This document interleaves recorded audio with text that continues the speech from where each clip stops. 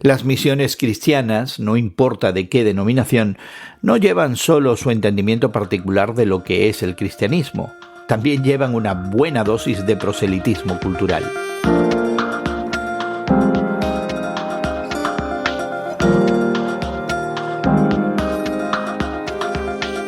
Gracias por acompañarnos entre amigos, esta conversación semanal sobre la fe cristiana y el mundo contemporáneo con tu amigo Gerson García. Hoy conversamos con un querido amigo mío, Juan Marcos Gómez, y hablamos sobre misiones. Juan Marcos dice que él no es misionero, pero vive en un país extranjero donde se dedica a comunicar el Evangelio. Conversaremos con él sobre esa acusación de muchos detractores de la fe cristiana de que las misiones no solamente evangelizaban, sino también colonizaban culturalmente. De hecho, es una preocupación recurrente en los estudios postcoloniales que merece de alguna manera la consideración de teólogos contemporáneos, y queremos también hablar en el día de hoy acerca de eso. Pero antes te invitamos a suscribirte a nuestro podcast que encontrarás en Apple, YouTube y en Spotify, entre otras plataformas. Encuentra y escucha Entre Amigos con Gerson García regularmente y comparte nuestra conversación en tus redes sociales. Así tus amigos y seguidores también podrán participar de la misma. Bueno, por casi un siglo, los teólogos y antropólogos han tratado de corregir la influencia del colonialismo en las misiones cristianas. En la actualidad, el sentimiento poscolonial expresa su frustración, muchas veces creemos que es legítima, con ese enfoque tradicional de hacer misión, particularmente de la Iglesia occidental protestante. Y sí, hay que reconocer que en ocasiones la Iglesia ha participado en el imperialismo occidental, asumiendo superioridad cultural e intentando civilizar a sus prosélitos. Y no estamos necesariamente hablando de la expansión del cristianismo colonial de hace 500 años. Estamos refiriéndonos a la práctica de la misión desde la segunda mitad del siglo XX. Así que pudiera ser que las estrategias actuales para las misiones también sean culturalmente occidentales en formas potencialmente dañinas. Juan Marcos, es bueno verte después de algunos años. Igualmente, siempre que estamos acá nos da gusto saludar familia, amigos, tenemos muchos recuerdos, es parte también de nuestra historia, un capítulo importante, un capítulo bonito que celebramos, cada capítulo con sus propios retos y también evidencias de la gracia de Dios, pero siempre bueno conectar y saludarnos y vernos y disfrutar un tiempo juntos. Así que, Juan Marcos, eres misionero ahora. Bueno, creo que siempre lo he sido, quizá no me había dado cuenta de eso. ¿De veras? No estaba yo tan seguro de eso. Cierto sentido, pues ese es el punto, ¿no? Creo que todos somos, o todos deberíamos vernos de esa manera, y lo que pasa es que se nos olvida, ¿no? En medio de otras búsquedas también importantes de la vida, pero a veces se nos olvida esa parte de nuestra identidad importante. Pero tengo que confesarte que esta conversación empieza con mi intento de pullarte un poquito, porque yo recuerdo haber tenido muchas conversaciones contigo previos a tu partida a otro país, con la intención de llevar el Evangelio y haber usado esa terminología. Y recuerdo que tú te resistías a eso, que si yo te decía que tú eras misionero... Y ahora que íbamos a grabar, dije, ¿será? ¿Cómo? Pero... Yo sabía que todavía... ¿Por qué hay esa resistencia de conceptualizarte como un misionero? Al final de cuentas, tú llegaste a tu iglesia local, dijiste que había una inquietud en tu corazón que creías puesta por Dios para irte a otro país, y de alguna manera, yo me acuerdo de esto, de alguna manera comunicar el Evangelio con tu forma de vivir. O sea que yo a veces me preocupaba por ti profundamente y creo que a veces en mi ansiedad te trataba de sacar algo más concreto, porque tú decías, bueno, voy a los negocios de mi padre, voy a vivir allá la vida del Evangelio. Pero ¿cuál es el plan, Juan Marcos? ¿Qué vas a hacer? ¿A qué te vas a dedicar? Así que por eso te pregunto, ¿así que eres misionero ahora o no? Sí, así como tú. Así No como estaría yo tú, tan seguro, no estaría yo tan seguro. Pero ¿dónde viene esa resistencia a utilizar estos Ya. términos que de alguna manera en el ámbito particularmente protestante evangélico, en Iberoamérica y también por supuesto en los Estados Unidos, pues son claros, todo el mundo los entiende, pero tú te resistes Mm. a esa Bueno, siempre me ha idea? costado, siempre me ha costado a veces encajar, quizá, y a veces también me ha gustado cuestionar un poco también algunos de estos conceptos, algunas maneras de ver ciertas cosas, quizá por las experiencias que hemos vivido como hijo de pastor, haber visto modelos, o estar del otro lado de la moneda y haber experimentado cosas quizá inconsistencias en nuestra fe, mi propia fe, que nos llevan un poco a veces a decir sí, pero no, o sí y no, ¿no? En cierto sentido, ¿no? A veces somos muy categóricos en ciertas áreas. Hay áreas que debemos ser y debemos ser claros y tenemos que ser convicciones, aunque siempre teniendo cierta gracia, porque quizá el defender nuestras convicciones muchas veces no digamos, hacerlo no en una buena manera necesariamente, pero que a veces nos cuesta definirnos específicamente en relación a cómo comúnmente nos podemos definir, o de Ya, algunas de estas categorías. ya, o sea, la resistencia a definirse, si me permites entender interpretar lo que estás diciendo, a definirse estáticamente. Mm, Ese es un antiguo argumento, querido amigo, que nos acompañas en esta conversación que tenemos Juan Marco y yo, porque yo soy racionalista y yo espero que Juan Marco se defina estáticamente. Quiero saber dónde empieza y dónde acaba. Y tú, sin embargo, me dices, bueno, realmente mi resistencia, entre otras cosas, nace de mi propia experiencia viendo modelos de misión que no han funcionado en nuestros países, pero también resistiéndome a esta idea de definir estáticamente lo que Dios pudiera hacer a través de mi presencia como cristiano en otro país. No sé si lo estoy y en esta entendiendo área y en bien. otras, no necesariamente solamente en esta, ¿no? Muy bien. Y en categorías donde muchas veces, otra vez, queremos definir, me gusta esta idea de este caminar, ¿no? Y de algo que es fluido, porque así es la vida, así somos nosotros, vamos cambiando, porque creo que en ciertos contextos en algún momento llegué a ser conocido como la persona que siempre decía sí y no Ya. a muchas de estas Todos nos hemos preguntas. quejado de ti en algún momento. La mayoría de las veces, en mi caso, delante tuya, tú lo sabes bien, y a veces cuando tú no estabas. También. No serías el único caso. No serías No, el único. pero fíjate que hace poco cayó en mis manos un artículo publicado por la Coalición para el Evangelio en inglés, donde hay un planteamiento muy interesante y quizás una queja, un cargo en contra de las misiones tradicionalmente entendidas en el mundo evangélico, la mayoría de ellas partiendo de los Estados Unidos, donde se reclama la falta de contextualización cultural y se acusa en cierta manera a las misiones de seguir modelos muy a la occidental, y yo me atrevería a decir, más allá de ese artículo, muy a la americana, porque no en vano muchas de las misiones evangélicas en el mundo partieron de los Estados Unidos en esa actividad expansionista política y cultural de la posguerra mundial, de la Segunda Guerra Mundial, y realmente se concretizaron en una actividad misionera también muy prominente, particularmente entre los evangélicos, ¿no? Así que, y este artículo dice, bueno, todavía estos modelos son muy a la occidental. Dice, enfatizan en primer lugar en el individualismo en detrimento de la comunidad, enfatizan en esta idea de sociedades y actividades egalitarias en detrimento de jerarquías tradicionales que encontramos en muchas culturas, y también en el consumerismo, ¿verdad? En la productividad, en la idea de que aquí hay una serie de recursos que se pueden consumir, que la actividad misionera pone en manos de la iglesia local. Y me llamó mucho la atención, Juan Marcos, esta crítica con tonos de teoría poscolonial, ¿verdad? O sea, que todavía las misiones contemporáneas, no las antiguas de hace 500 años, sino las contemporáneas, todavía están teñidas de estas invasiones culturales.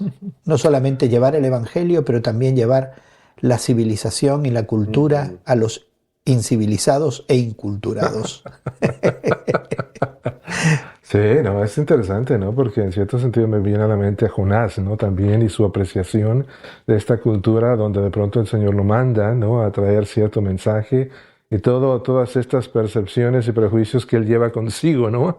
Va a hacer la obra que Dios le manda a hacer, pero hay esa lucha interna, ¿no? Que muchas veces no reconocemos y que siempre creo que tendremos esa tensión, ¿no?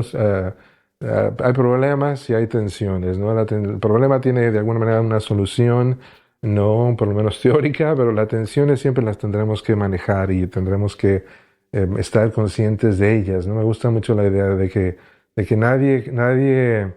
nadie conoce ninguna cultura hasta que no sale de la propia, ¿no? Porque ni uno mismo tiene esta percepción tan adecuada de su propio prisma para ver las cosas, de su propia cosmovisión, hasta que de pronto te encuentras en otra cultura y te das cuenta que ni siquiera estabas tan apercibido de tu propio lente cultural, ¿no? Por el cual siempre llevas contigo, ¿no? Me llama también la atención y me recuerda esta idea de Martín Lutero, ¿no? De que siempre nos vamos a caer o de un lado del caballo o del otro, ¿no? Pero siempre nos vamos a caer. Siempre nos vamos a caer, o tendremos esa tendencia, ¿no? Pero el problema es cuando de alguna manera no vemos eso o llegamos a una cultura y pasamos inclusive, no sé, ya algunos años de estar ahí y quizá podamos tener cierta fluidez para movernos en la cultura, entender ciertas cosas, pero creer que ya entendemos esa cultura es algo peligroso, ¿no? Porque apenas estamos empezando a tener una visión superficial, pero todavía no bajo la superficie de lo que ha formado esa cultura históricamente, ¿no? Ya, en el caso de Jonás me parece sintomático, ¿no? Porque nos encontramos con un profeta nacionalista israelí, es decir, él consideraba un acto de traición ir a los enemigos y darles la oportunidad del arrepentimiento, conociendo el carácter de Dios, que es perdonador, ¿verdad? Y esa es la queja de Jonás últimamente. Y aquí vemos este predominio cultural y este entendimiento de la superioridad cultural en alguien que es un profeta de Dios y que de hecho se niega a ir inicialmente y cuando va resiente que se haya ejercido misericordia de una manera incluso más abundante que para Israel, ¿no? De alguna manera, ¿no? Y de que esta gente tenga un corazón sensible como Israel no lo tenía. Así que hay un acto de entendimiento de la propia cultura como superior y eso impidió la misión de Jonás. Pero no estoy tan seguro de que la mayoría de los misioneros que han llegado a nuestros países tienen conciencia de eso. Tú al principio te referías a tu propia experiencia viendo el modelo misional tradicional que llegó a tu México natal, llegó también a mi España natal. Lo hemos visto repetidamente viviendo en los Estados Unidos desde nuestra pertenencia a comunidades de fe evangélica, ¿verdad? Y hay algo de escándalo en algunos de nosotros por justamente la incapacidad de ver esa prepotencia cultural también a la hora de llevar el evangelio. Sí. ¿Tú la notas? ¿Es algo que solamente yo creo o tú lo has notado?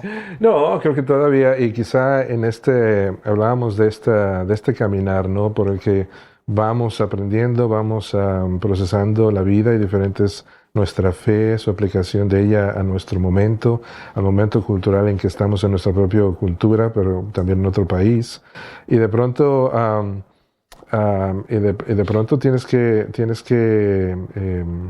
tratar de reconciliar todas estas experiencias, ¿no? Que has vivido, que has visto, que todavía puedes ver, pero en cierto momento, y mucho antes de considerar hacer esta transición personal, familiar, pues también tuvimos que pasar por momentos de examinar, de visitar, de observar y de decir en cierto momento, wow, yo pensé que habíamos ya llegado a otro nivel, a otra manera de ver, de valorar ciertas cosas, y que en su momento no lo vi y me impactó mucho. después de eso, y una vez que hemos hecho esta transición y hemos estado allá, hemos encontrado otras excepciones, ¿no? Y no quisiera ponerlo como excepciones a la regla diciendo que la mayoría es así, pero todavía hay maneras diferentes de hacer las cosas. Sí, y quizá más saludables y más conscientes de nuestras propias limitaciones, de nuestra propia visión cultural y de los valores que vemos. Y en los que va también envuelta nuestra presentación y nuestra encarnación del Evangelio, ¿no? ¿Tú tienes conciencia entonces de ese peligro de que en tu deseo de comunicar el Evangelio en una cultura diferente a la que te originó a ti, pudieras con el Evangelio también colonizar culturalmente? ¿Tienes conciencia de eso? Bueno, colonizar es una palabra fuerte, ¿no? Pero de alguna manera traer cierta influencia o querer agregarle, ¿no?, al Evangelio, ¿no? Siempre creo que tenemos esa tendencia, siempre tenemos que regresar a ello. Dr. Carson ha dicho, ¿no? A veces, aún en nuestras iglesias, en nuestro contexto evangélico, tenemos que ser muy conscientes de que en la primera generación el Evangelio va a estar siempre presente y va a ser algo central. Ya para la segunda generación muchas veces se empieza a diluir, se empieza a asumir. Otras preocupaciones surgen. Claro, o le empezamos a agregar todos estos elementos culturales, de manera que para la tercera generación lo has perdido completamente y tienes quizá un evangelio cultural mezclado con todos estos valores agregados que ya se empieza a perder cada vez más, diluir, mezclar, entran conflictos, entran cosas que muchas veces te llevan en direcciones también muy diferentes y distorsionadas de ese evangelio original, ¿no? Entonces creo que es importante para mí personalmente y en mi propio recorrido, y después de estar fuera de mi país y fuera de este contexto americano, que es interesante ahora para mí estar en una tercera cultura más cercana a esta, en este contexto americano donde nos hemos estado desenvolviendo por los últimos 20, 30 años, ¿no? Pero el regresar, aunque no necesariamente a mi cultura, pero a una cultura más cercana a la mía, ha sido un proceso interesante, ¿no? Pero en cierto momento, y después de unos 5, 6, 7 años, que son apunto a algo que había mencionado hace rato, de pronto me di cuenta, estoy en un momento muy peligroso, porque creo que porque ya he estado aquí por 5 o 7 años, ahora ya entiendo, ahora ya lo sé todo. Ya sé cómo, ya entiendo por qué, lo que está atrás, y me di cuenta es que apenas estoy empezando a entender, y tengo que es un momento peligroso para mí, tengo que seguir tratando de tener este proceso de autoexaminación y de observar y de preguntar y de ser acompañado, ¿no?, de personas de esa cultura para que me ayuden a poder ver, ¿no? Una de mis preocupaciones personales, y esto es algo muy particular, me imagino que muchos de nuestros amigos quizás no lo comparten, no sé si tú lo compartirás, pero una de mis preocupaciones es en esa contaminación cultural de este evangelio a la occidental, y más concretamente a la americana, ¿verdad? De este Dios a la americana, de este Jesús a la americana, que nos ha llegado a nuestra América Latina, que está llegando a Europa, que llega a África, ¿verdad?, que llega a países del Asia, de que realmente, de nuevo, el evangelio que se comunica a la americana esté desprovisto de muchos elementos que son esenciales al evangelio, justamente porque no son preocupaciones de los americanos, ¿verdad?, pero son preocupaciones de otras personas, y que nuestra teología reduccionista a veces se deba a eso, se deba a este evangelio que ha tomado ciertos valores y ha descartado otros, que ha abrazado ciertas conversaciones, por muy legítimas y necesarias que sean. No estamos menoscabando el valor y que pueden ser muy válidas en este contexto. En este contexto, exactamente, pero no en el otro, ¿no? Y definiciones que son muy válidas en este contexto, pero no necesariamente importan en otros. Y sin embargo, hay una homogeneidad teológica, ¿verdad?, entre los evangélicos a nivel del mundo, que a mí me preocupa, porque yo veo muchas ausencias, muchos espacios vacíos, muchas conversaciones que deberían tenerse y no se tienen.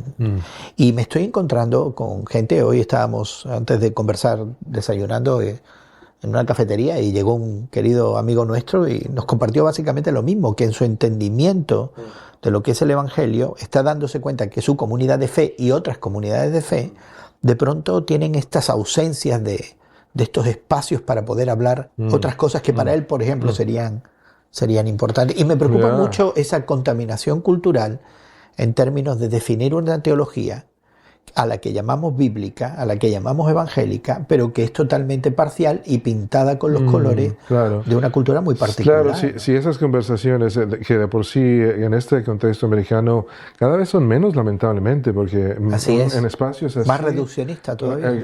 Y en espacios así tienden a ser solamente personas de tu propio entorno, de tu propia misma manera de pensar, o si no ya eres categorizado en alguno de estos espacios donde ya te cancelan esta cultura te categorizan con epítetos, con insultos o con descalificaciones, sí, ¿verdad? Sí, pero es que eso hace falta mucho, porque si en estos espacios de conversación todos se parecen a ti, a final de cuentas estás simplemente profundizando en lo mismo y estás siendo cegado a tu propia manera a las áreas que tú mismo no te das cuenta de ellas. No me gusta mucho a nivel práctico y a nivel personal la idea de que si preguntaras a 3, 5 personas cercanas a ti, ¿qué sería una cosa que cambiarías de mí? Te vas a sorprender muchísimo. Que no es lo que tú piensas. Que es lo que tú piensas y de lo que a los otros es tan evidente. ¿No? Y para ti no. Y para ti no. Entonces tú puedes decir... Yo por eso nunca lo pregunto, fíjate.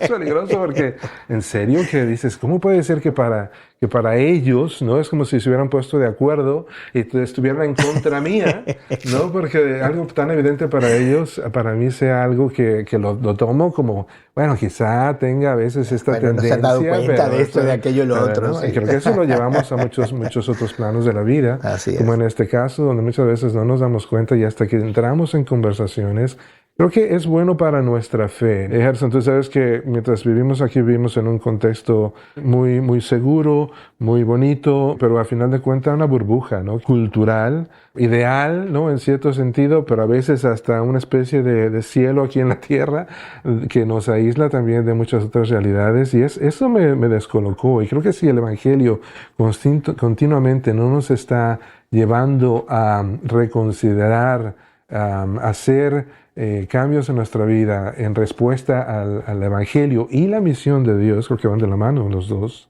Estamos empezando a encajar en una área donde no estamos siendo retados y vamos a entrar en este círculo vicioso. Yo estaba pensando mucho con el artículo y anticipando conversación contigo en estos eventos históricos registrados en la historia del cristianismo, donde se crearon modelos súper novedosos para la misión hace casi 500 años, ¿no? Y podemos mencionar al jesuita Matteo Ricci, que a final de los 1500 llegó a la China, y a su compañero de viaje, Máximo Avignola, que llegó al Japón también por las mismas fechas, o a los 12 franciscanos que llegaron a la Nueva España, lo que es México, Guatemala, ¿verdad? Toda la Mesoamérica, con ideas verdaderamente revolucionarias. Y, San Patricio. ¿Verdad? San Patricio, gente que en su momento hicieron propuestas que molestaron al status quo, que de alguna manera inquietaron a las percepciones sobre la misión que se tenían en esa época. Pero yo quisiera ir un paso más atrás y, como lo hacemos en estas conversaciones, apuntar a la fuente de todo, al origen de todo y las actitudes que Jesús tendría para la misión. Y yo sé que para ti, teológicamente, como estructura de pensamiento, es muy difícil ponerle principio y fin a las cosas. Te gusta el estado de fluctuación, ¿verdad? Pero eso creo que tiene que ver con la física cuántica más que con la teología. Pero bueno, quisiera que de alguna manera, si piensas en Jesucristo y en su encare misional, ¿qué principios te quedas de él? Sencillos, básicos, elementales, que de alguna manera ayudarían a descontaminar culturalmente nuestra percepción del Evangelio y por tanto nuestra comunicación del Evangelio. Wow, ha sido también un ejercicio personal a la hora de encontrarme en otro contexto cultural y el pensar en las formas, en las actividades, en los proyectos, iniciativas que que hicimos, ¿no? Y de haber quizá llegado con esas preconcepciones y con esas ideas pensando que eso era lo que se necesitaba en este contexto y eso es lo que queríamos hacer. Y uno tiende y hay mucho esa expectativa de cuál va a ser tu proyecto misionero. Muchas veces cuando hemos llegado también al lugar donde servimos, ha sido la pregunta, ¿cuál va a ser tu proyecto misionero? Interesante es que muchas cosas cambian en el camino, ¿no? Nosotros mismos vamos cambiando, el contexto cambia, es un proceso que toma muchos años a veces para poder finalmente llegar y el venir con un proyecto misionero también venir con una respuesta ya formulada, hecha, cuando lo que me he dado cuenta, regresando a tu pregunta, Gerson, es que ha sido para mí decir, bueno, esto es lo que pensaba y es lo que tenía en mente y estas eran las iniciativas o como pensaba que podíamos servir en este contexto, pero ¿qué es, ya que estamos aquí, más bien tenerlo con los brazos, con las manos abiertas y observar, ayudar, preguntar a personas de ese contexto que sirven y que son los nacionales allá y que saben mejor, mucho mejor que yo mismo, y de yo mismo procesar también a la luz de las Escrituras estos valores misionales bajo los cuales Jesús vivía, por ejemplo, ¿no? O que él ¿Cuáles serían algunos de ellos? ¿Puedes definir? Por ejemplo, para nosotros nos gusta mucho la idea de proximidad a las personas, ¿no? Vemos al Señor Jesús, ¿no? Ir de un lugar a otro, pero ser parte de la vida, estar en las bodas, estar en la interacción, proximidad con las personas con las que queremos. Para nosotros, el encarnar el Evangelio, esta traducción de Message en inglés, cuando habla de Jesús encarnarse, dice que se mudó a nuestro vecindario. Se vino a vivir a nuestro barrio, así dice. A nuestro barrio. Así Esta idea de llegar a ser parte de un contexto de encarnarse toma tiempo, de proximidad a la gente, de frecuencia en nuestra interacción, de hacer vida, básicamente, ¿no? De buscar entonces con intencionalidad. Vemos a Jesús tomar iniciativa también en sus conversaciones, ¿no? Con la mujer samaritana, ¿no? De plantar Inquietar. Algo que conecte, de hecho cruzar ciertas barreras culturales que a veces nos cuesta o a veces nos incomodan un poco, pero Jesús lo hizo en ese momento y en ese contexto, ¿no? Él como maestro, como rabí, hablando solo con una mujer en otra samaritana, era escandaloso en ese contexto cultural y en ese momento histórico, ¿no? Entonces, a veces nos cuesta quizá movernos un poco en medio de estos lugares o situaciones donde podemos vernos, pero Jesús cruzó ciertas barreras culturales también que son difíciles, ¿no? Para nosotros. Pero decíamos proximidad, decíamos frecuencia en su interacción. A nosotros también nos gusta la espontaneidad, ¿no?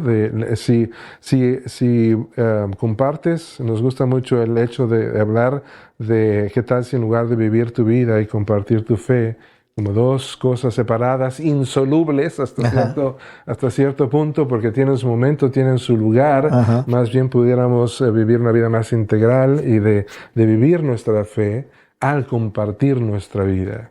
¿No? Algo que a veces nos cuesta porque, claro, estamos acostumbrados a querer pintar el cuadro perfecto de nuestra vida en lugar de la realidad de nuestra vida, que es lo que nos conecta a personas muy diferentes a nosotros, pero que en un momento dado podemos entonces compartir acerca de la realidad de nuestra fe y cómo nos ayuda todavía en el día a día a vivir eso. Y de hecho, de esa manera la gracia de Dios se hace muy evidente, súper evidente. De proximidad, frecuencia, espontaneidad, arriesgar, tomar pasos de riesgo en el sentido de llevar la conversación quizá un poco más profunda, de nosotros mismos compartir, ser más transparentes ante la otra persona, le da a las otras personas también este permiso para compartir también de su propia vida. Orar por esas personas. Así es que más que a veces nosotros lo que hemos hecho en los últimos años, en lugar de pensar en proyectos, iniciativas, y las hay y somos intencionales en ellas y conectamos y buscamos maneras específicas de trabajar, buscamos más bien vivir bajo estos valores independientemente del contexto en donde nos encontramos. Bueno, Juan Marcos, ahora sí creo que estoy convencido. Ya esa pregunta que te hice al principio, así que eres misionero y tú me dijiste tú también, ahora ya entiendo un poco mejor por dónde va la cosa. Y lo necesitamos y ambos necesitamos animarnos unos a otros. Para nosotros es siempre de mucha bendición encontrarnos, escuchar las maneras como el Señor está también llamándonos a encarnar el Evangelio en nuestros propios entornos. Y eso es de ánimo en el mío y en el tuyo también. Así es que con esa confianza lo hacemos, nos animamos unos a otros y tomamos pasos en gozosa dependencia del Señor. A veces buscamos la fórmula, buscamos la instrucción no específica en qué hacer en cada momento o en cada contexto, en lugar de vivir en dependencia del Señor. No pensamos en la madurez espiritual como este momento cuando ya no voy a necesitar tanto de Dios.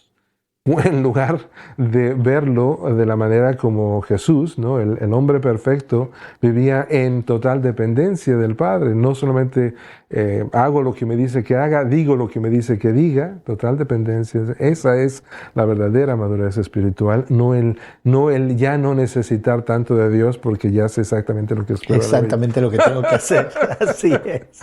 Así es que nos cuesta. Ya, bueno, Juan Marcos, muchas gracias por habernos acompañado. Un placer siempre, Gerson. Bueno, queremos invitarte a que explores más de esta complicidad colonial de la misión y cómo ser fieles al Evangelio, entendiendo que ese Evangelio redime a todas las culturas, no solamente la ajena, pero también la propia, no solamente la de los otros, pero también la nuestra.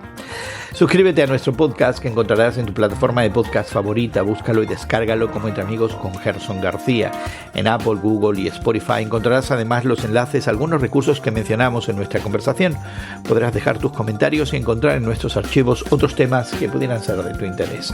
También te animamos a que compartas en tus redes sociales esta conversación, este tiempo juntos, y que invites a otros a ser parte de la misma. Encontrarás enlaces a nuestras redes sociales al descargar nuestro podcast. Agradecemos a nuestros equipos técnicos en México y Estados Unidos el trabajo que hacen para que esta conversación llegue hasta ti. Y tu amigo Gerson García se despide de ti hasta otro momento en el que nos unamos a conversar entre amigos.